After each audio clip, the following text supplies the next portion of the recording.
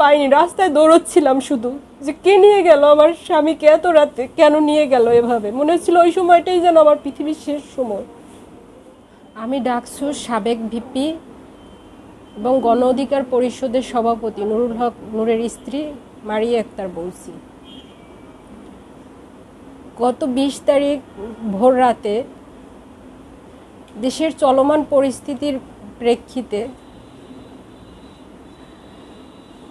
25শে মার্চের কালো রাত চোখে দেখিনি, বাট বই পুস্তকে পড়েছি। কিন্তু সেই বীভৎসতা আমাদের জীবনে নেমে এসেছিল 20শে জুলাইয়ের ভোর রাত 3:20 থেকে 3:45টার মধ্যে। আমরা ঘুমানো ছিলাম। সেই 25শে মার্চের নিরস্ত্র ঘুমন্ত মানুষের উপরে যেমন পাকিস্তানি হানাদার বাহিনী ঝাঁপিয়ে পড়েছিল, ঠিক সেইভাবেই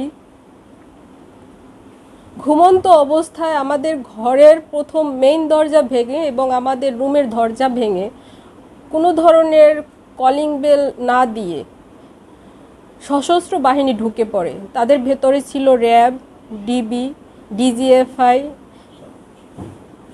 পুলিশ এবং কিছু সাদা পোশাকে বাহিনী। তাদেরকে আমরা চিনতে পারিনি। তখন শুধু নূর ঘুমানো ছিল, আমরাও ঘুমানো ছিলাম। আমার 2টা বাচ্চা ছিল আমার সাথে, একটার বয়স 5 বছর আর একটার বয়স 1 বছর।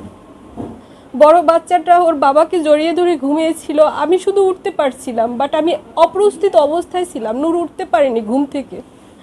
ওই অবস্থায় ওকে টেনে হিস্ট্রে তুলে নিয়ে যায়। আমি বারবার জিজ্ঞেস করতেছিলাম, আপনারা কারা, আপনাদের পরিচয়টা একটু বলুন, বাট ওরা কোনো কথা বলেনি। সে বিভৎসতার বর্ণনা আমি হয়তো এখন বলতে পারতেছি না, ভাষায় প্রকাশ করতে পারতেছি না যে কি হচ্ছিল। নিজে কিছু বুঝতে পারতেছিলাম যে কি হতে যাচ্ছে ওই মুহূর্তে। দৌড়াতে দৌড়াতে নিচে নামি, গিয়ে পাইনি, রাস্তায় দৌড়চ্ছিলাম শুধু যে কে নিয়ে গেল আমার স্বামীকে এত রাতে, কেন নিয়ে গেল এভাবে। মনে হচ্ছিল ওই সময়টাই যেন আমার পৃথিবীর শেষ সময়।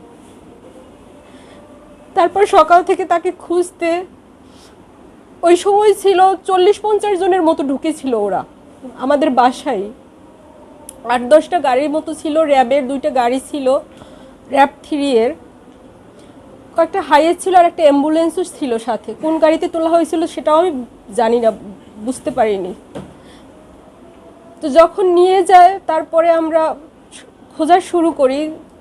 ডিবির কার্যালয়ে যাই, র্যাব 3-তে যাই, স্থানীয় নিকটস্থ থানায় যায়, বাট ওরা কেউ আমার নূরকে কোনো সন্ধান দিচ্ছিল না যে প্রশাসনিকভাবে যদি ওকে গ্রেপ্তারও করা হয় বা করা হয়, সেটা তথ্য তো আমরা সাধারণ মানুষ হিসেবে বা হিসেবে কোন কারণে তাকে নিয়ে গেল সেটা তো তারা বলবে, কিন্তু কিছুই বলেনি। আমরা দাঁড়ে দাঁড়ে ঘুরতেছিলাম।